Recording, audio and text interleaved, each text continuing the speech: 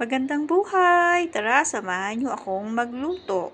Ito ang ating iluluto, saluyot at papaya. Ito ang ating mga ingredients, isda, sibuyas,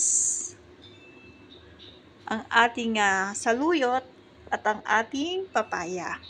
At syempre, hindi mawawala yung ating bagoong na pampalasa sa ating iluluto. Tara guys, iprito muna natin ang ating isda.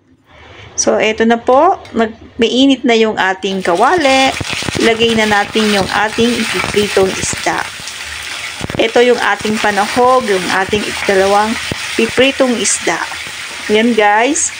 Papulahin lang natin yung ating isda. Then after that, bibilihin natin. At yung kabila naman yung ating lulutuin.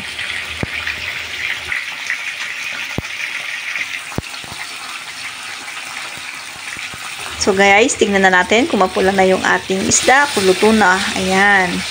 Okay na yung ating isda, bilingin na natin.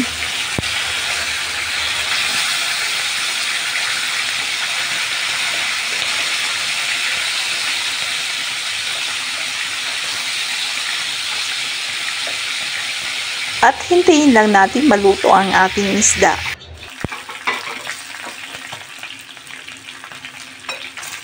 Then guys, tignan na natin kung luto na talaga ang ating isda. Ayan, luto na. Hanguin na natin ang ating isdang panahog.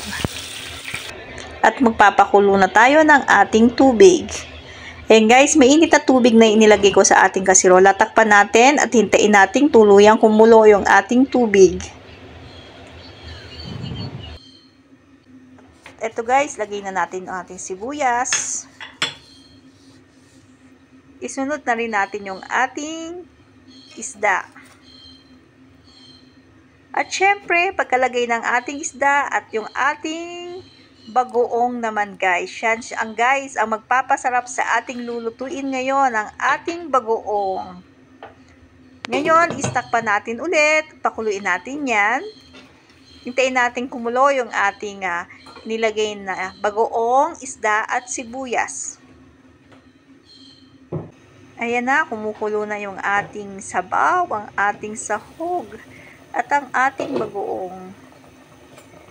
So, ayan na guys, tikman natin kung okay na yung lasa ng ating pinakulo ang sabaw. Tikman natin, ayan. Kung okay na yung alat niya, yung lasa ng sibuyas, ayan, halu-haluin ko lang guys. At ilagay na rin natin yung ating papaya. Ayan. At ilubog lang natin yung ating papaya. At maya-maya isasabay na rin natin yung ating saluyot para tuluyang maluto din yung ating saluyot. Kasi kailangan talagang luto din yung ating saluyot. Ito na guys, islagay na natin yung ating saluyot. Ayan. Medyo naluto na yung ating saluyot sa ref kasi nagyelo yung ating saluyot sa ref. Sige lang, ilubog-lubog natin yung ating saluyot para maabutan ng pagkulo ng ating sabaw. Ayan. Lubog-lubog lang natin. Ayan, para malutong mabuti yung ating saluyot. At takpan natin guys. Sigurado hindi pa kayo nakakain ito. Sa probinsya, pag may saluyot at papaya ka, buhay ka na guys. Ayan, kumukulo na yung ating niluluto. Ayan, kumukulo-kulo sa siya. Halu-haluin lang natin para yung nasa ibabaw is mapunta sa ilalim.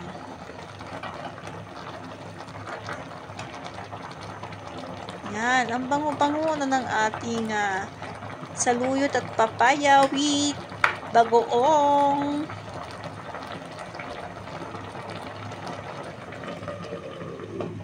Takpan ulit natin at hantayin natin ulit malutong mabuti yung ating saluyot at papaya.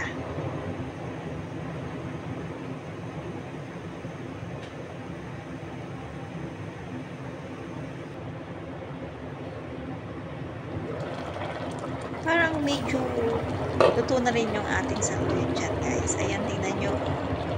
Diba? At tikman ulit natin kung anong lasa kasi kanina medyo okay na siya. Nilagay natin yung saluyot at papaya kaya medyo magbabago yung lasa niyan. Titikman rin natin din yung saluyot kung luto na siya. Ayan. Kasi kailangan lutuin natin mabuti saluyot kasi kung sabi ng matatanda, pag hindi ro naluto yung saluyot na mabuti is nakakakabag loob po yan. Kaya kailangan lutuin natin mabuti yung ating saluyot. Sa probinsya, guys, alam nyo, ganyan lang, buhay na at meron ka lang bagong isda sa bahay. Magkakaulam ka na. Yan ang madiskarteng nanay, di ba? Kailangan ay maging madiskarte tayo.